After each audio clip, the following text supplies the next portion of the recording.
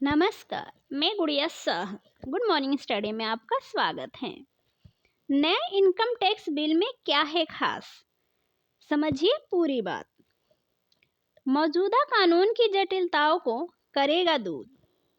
सरकार नया income tax bill आयकर विधेयक 2025 लेकर आई है, जिसे लोकसभा में पास कर दिया गया है। वित्त मंत्री निर्मला सीतारमण के अनुसार इसका मकसद मौजूदा आयकर कानून की जटिलताओं को दूर करना और उसे करदाताओं के लिए आसान बनाना है। आम बजट पेश करने के दौरान वित्त मंत्री ने नया इनकम टैक्स कानून लगाने की घोषणा की थी। क्या हुआ है बदलाव, चलिए जानते हैं।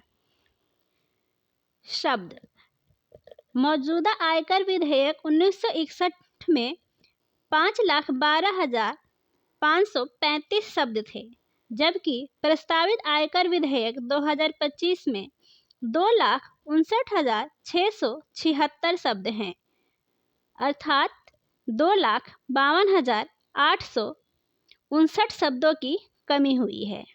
अध्याय: मौजूदा आयकर विधेयक 1961 में 47 अध्याय हैं, जबकि प्रस्तावित आयकर विधेयक 2025 में 23 अध्याय हैं, इसलिए 24 अध्यायों की कमी हुई है।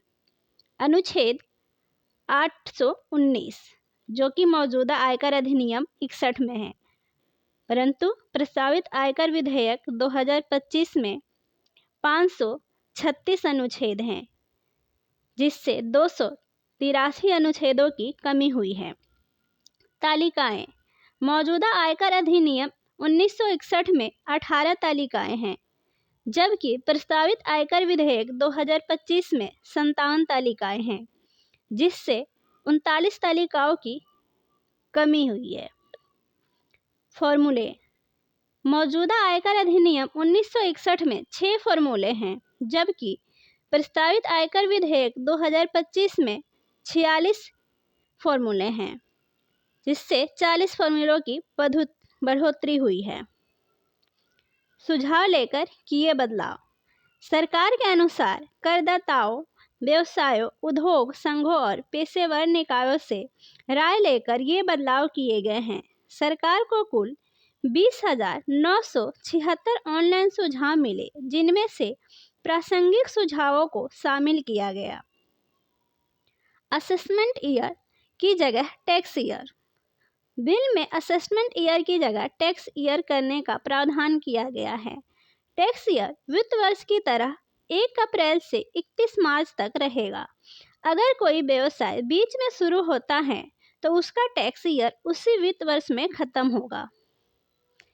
क्या अब पुरानी टैक्स रिजिम खत्म हो जाएगी? चलिए जानते हैं। सरकार नई टैक्स रिजिम को बढ़ावा दे रही है, लेकिन पुरानी टैक्स रिजिम भी जारी रहेगी। वित्त मंत्री निर्मला सीतारमण ने कहा था कि अभी सरकार का पुरानी टैक्स व्यवस्था को खत्म करने का कोई इरादा नहीं है।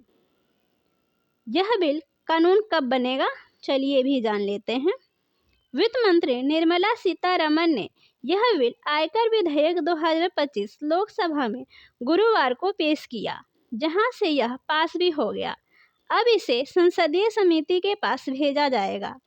समिति की सिफारिशों के बाद इसे संसद में फिर से पेश किया जाएगा। संसद से मंजूरी और राष्ट्रपति की सहमति मिलने के बाद यह बिल नया इनकम टैक्स कानून बनकर लागू हो जाएगा। ऐसी अन्य खबरों की जानकारी के लिए हमारे चैनल पर बने रहें। धन्यवाद।